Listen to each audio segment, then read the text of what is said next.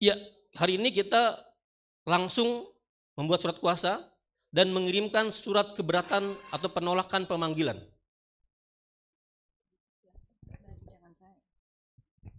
Saya boleh menyampaikan perspektif dari apakah kita masih negara hukum atau enggak gitu ya?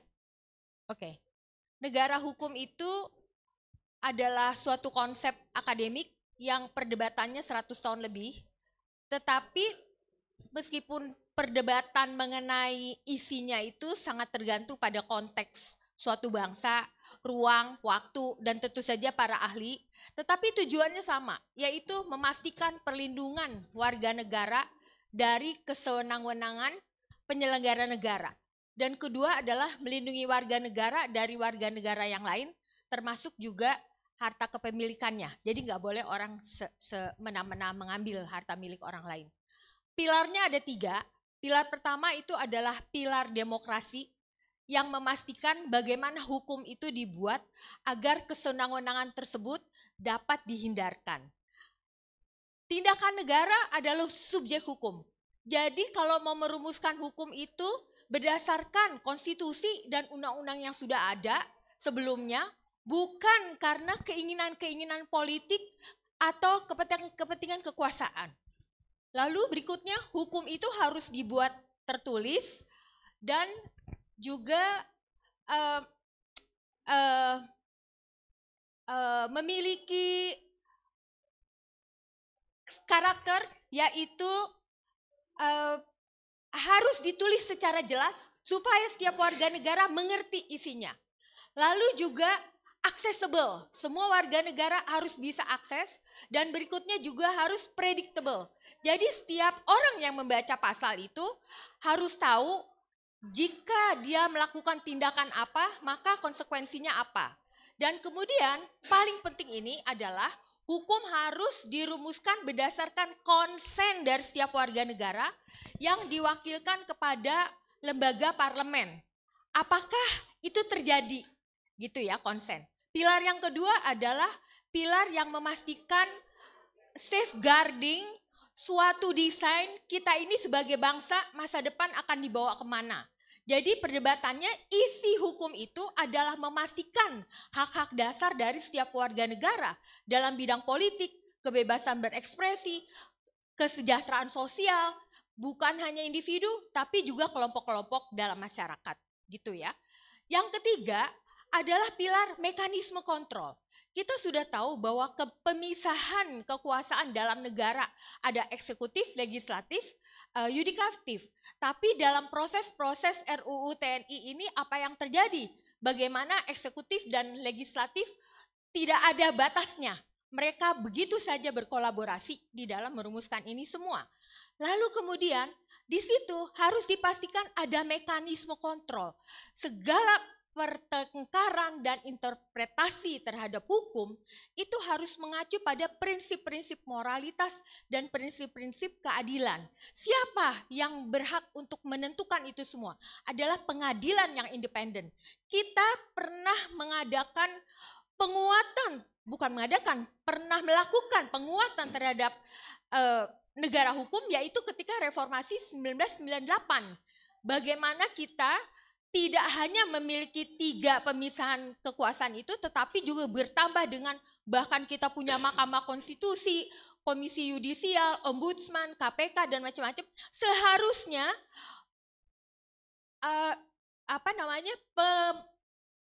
seharusnya itu check and balances dalam pemisahan kekuasaan itu menjadi lebih kencang. Kita semua bisa mengawasi. Tapi yang terjadi apa hari ini gitu ya. Terima kasih.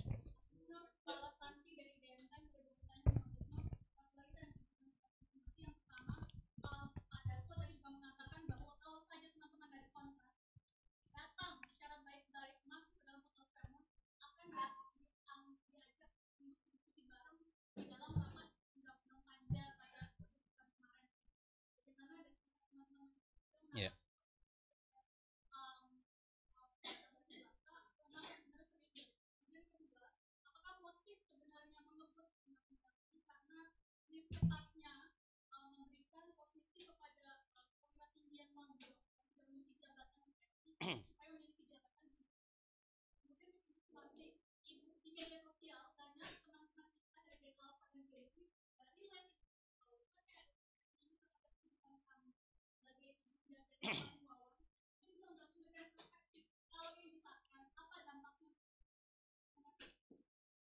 Saya dulu ya.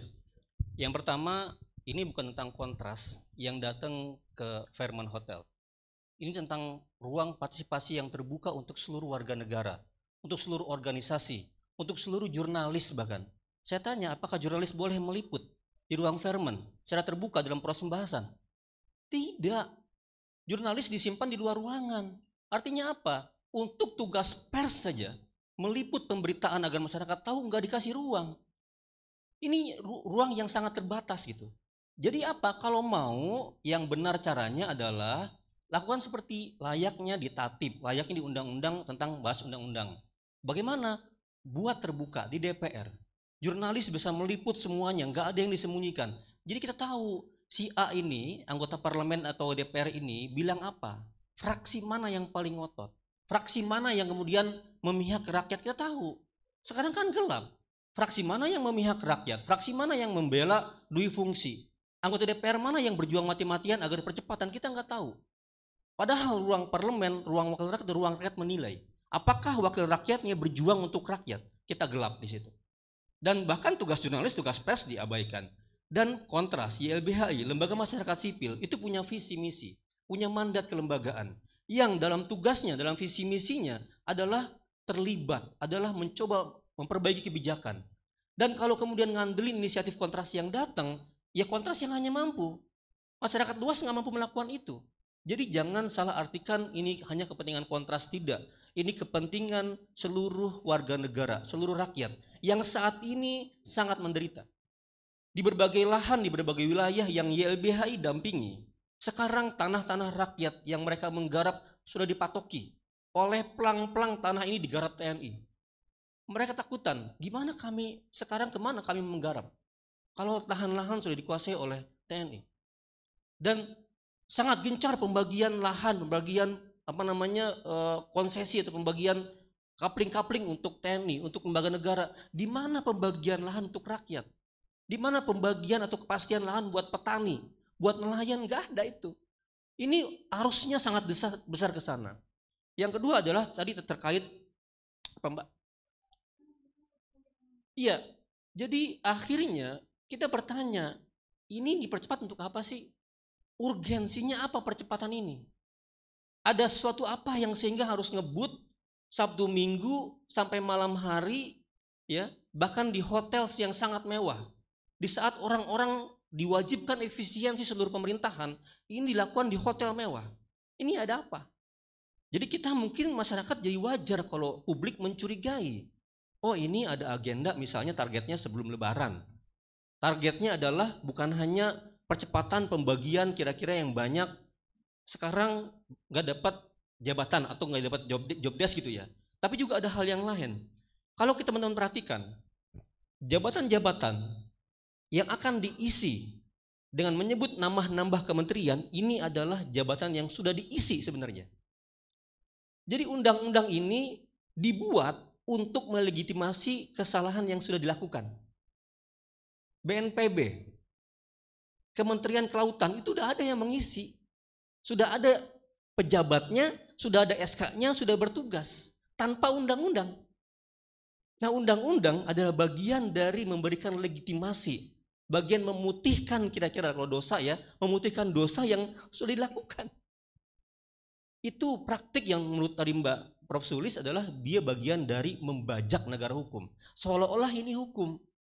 Seolah ini peraturan, seolah ini undang-undang, tapi undang-undang yang dilandasi pada kepentingan yang tidak tepat, yang keliru gitu. Itu pandangan dari saya. Ya. Terima kasih. Jadi kalau ada yang mengatakan bahwa anak-anak muda itu tidak related dengan undang-undang TNI, jangan lupa. Masalah pemecatan Prabowo, baik melalui video ataupun melalui surat Dewan Keputusan Perwira beredar di masyarakat. Memang betul pemilu 2024 banyak anak-anak muda yang memilih pelanggar berat HAM. Tetapi jangan kecil hati yang turun dalam gerakan Indonesia Gelap. Sebagian besar adalah anak-anak muda. Mungkin mereka sadar bahwa saya telah salah pilih. Kemudian di aksi Kamisan, semakin banyak anak-anak SMA dari kelas 10 sampai kelas 12 datang di aksi Kamisan. Sejak sebelum COVID, banyak yang ingin tahu tentang kejahatan-kejahatan kemanusiaan, baik yang terjadi di era Orde Baru maupun di era reformasi. Kalau begitu dalam kesempatan ini, saya akan menyampaikan bahwa sepanjang ingatan saya, semasa pemerintahan Soeharto, TNI Polri dijadikan alat untuk melanggengkan kekuasaan. Pada tahun 98, peralatan berat untuk perang dipakai oleh TNI Polri untuk menghadapi gerakan mahasiswa bersama rakyat yang menuntut adanya reformasi dan demokrasi. Hingga saat ini TNI ataupun Polri, baik dia sebagai komandan atau prajurit di lapangan, dia kebal hukum. Dia tidak pernah dituntut di meja pengadilan. Hal ini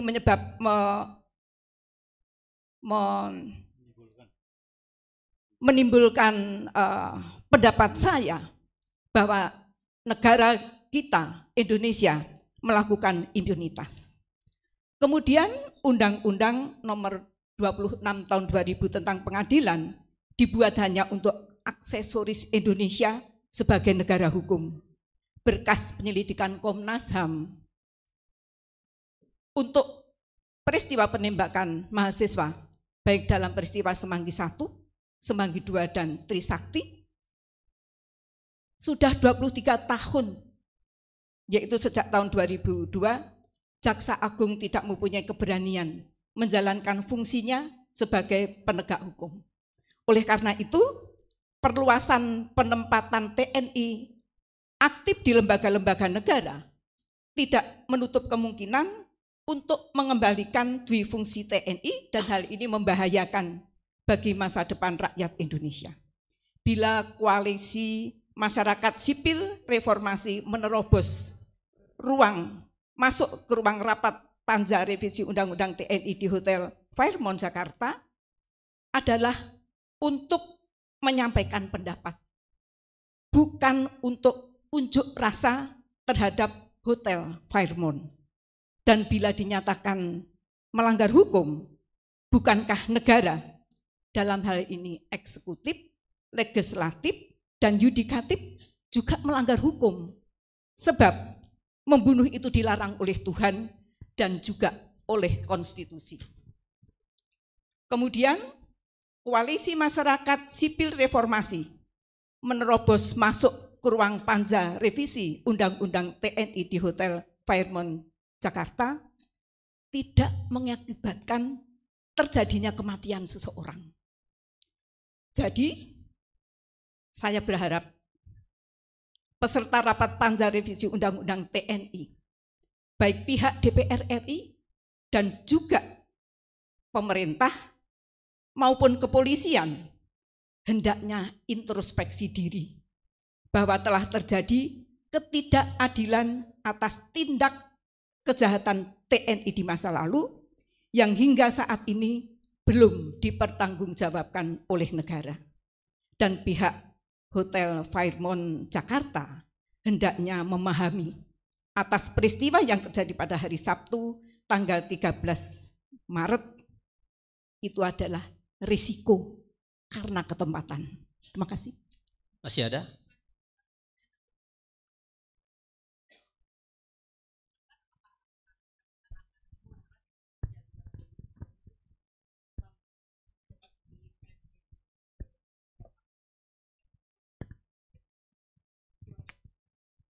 Ya, makasih Mbak. Pertama saya juga mau mungkin menanggapin ya apa yang disampaikan oleh Dasko pagi tadi gitu ya, ketika konferensi pers yang mengatakan bahwa kalau misalnya kontras itu masuk dengan baik-baik ya silahkan gitu ya. Pertama tentu kalau misalnya dia menyampaikan undangan gitu ya, atau menyampaikan satu ruang gitu ya untuk melakukan diskusi gitu ya, tentu ruangnya itu nggak cuma untuk kontras gitu ya, tapi kan lagi-lagi kalau misalnya itu memang dibahas secara terbuka dan dibahas dengan intensi yang baik gitu ya untuk melibatkan partisipasi publik gitu ya, kenapa dari awal gitu ya pembahasan yang dilakukan oleh Panja atau konsinyering yang dilakukan oleh Panja di Hotel Fairmont itu tidak juga diberikan akses live streaming kepada publik dan juga akses kepada jurnalis untuk meliput.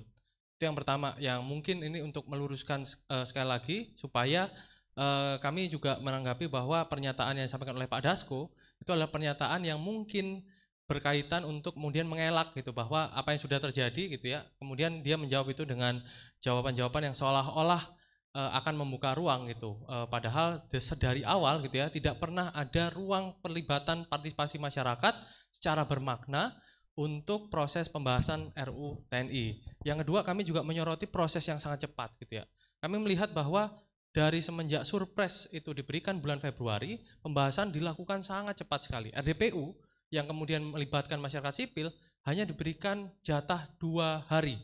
Gitu ya, bagaimana kemudian kita bisa berbicara soal partisipasi publik kalau ternyata waktu yang diberikan untuk melakukan RDPU itu hanya 2 hari dan tidak kemudian yang juga kami soroti adalah DIM yang dibahas ketika konsinyering Panja itu adalah DIM versi pemerintah yang berbeda dengan ketika proses RDPU yang masih pakai draft yang lama, sementara DIM itu ada beberapa penambahan pasal yang tidak ada dalam draft RUU TNI yang lama. Itu yang mungkin saya mau tanggapin dulu sebelum menjawab pertanyaan terkait apa yang akan kita lakukan selanjutnya. Pertama, kalau melihat bagaimana kegeraman masyarakat hari ini dan juga mungkin kemarahan karena melihat bagaimana tindakan nirempatik dari anggota dewan di tengah situasi ekonomi yang sulit, di tengah efisiensi, kemudian melakukan tindakan-tindakan yang mungkin tidak pada tempatnya gitu, harusnya juga melakukan efisiensi dan juga memperhatikan situasi kondisi masyarakat. Saya rasa masyarakat juga punya kegeraman yang luar biasa hari ini gitu ya. Pertanyaannya apakah kemudian nanti akan akan menjadi sebuah gelombang gerakan? Saya rasa itu hal yang itu keniscayaan gitu ya. Dan kami tentu dalam kelompok masyarakat sipil akan bersama dengan warga negara, semua warga negara yang melawan, semua warga negara yang juga kecewa dan marah terhadap proses pembentukan kebijakan dilakukan oleh DPR dan juga pemerintah, dan juga semua kebijakan yang tidak pro pada keadilan sosial. Mungkin itu Mbak yang bisa saya jawab. Setiap rakyat yang protes besar terhadap undang-undang yang akan dibuat, kita bisa ingat revisi undang-undang KPK, undang-undang Cipta Kerja, undang-undang revisi Minerba, draft KUHP di 2019, semuanya terbukti di kemudian hari bahwa agendanya adalah melemahkan negara hukum. Revisi undang-undang KPK, semua anggota DPR ngomong bahwa ini memperkuat, bullshit. Nggak ada buktinya KPK makin lemah. Undang-undang Cipta Kerja diciptakan buat lapangan kerja, enggak. Sekarang hancur. Sekarang PHK gede-gedean di mana-mana. MK jelas memutuskan bahwa itu undang-undang inkonstitusional. Undang-undang Minerba banyak sekali merusak lingkungan. Diprotes sendiri sama anggota DPR sekarang. Draft KUHP 2019 diprotes gede-gedean. Terbukti 2022 kemudian disadari banyak pasal-pasal yang rusak. Sekarang terjadi lagi. Dan bukan hanya revisi undang-undang TNI, revisi undang-undang kepolisian. Sama, nambah kewenangan gak jelas, tabrak sana tabrak sini. Revisi undang-undang kejaksaan menambah kewenangan yang mengerikan. Termasuk revisi undang-undang TNI. Dan kami bergerak bukan hanya di RUU TNI. Kami bergerak di RUU Cipta Kerja, di RUU KPK, RUU Minerba. Sekarang kami bergerak di RUU TNI, RUU Kepolisian, RUU Kejaksaan, plus KUHAP. KUHAP yang berbahaya sekali ini. Karena kita semua sekarang bebas, besok tidak bebas di penjara, itu KUHAP.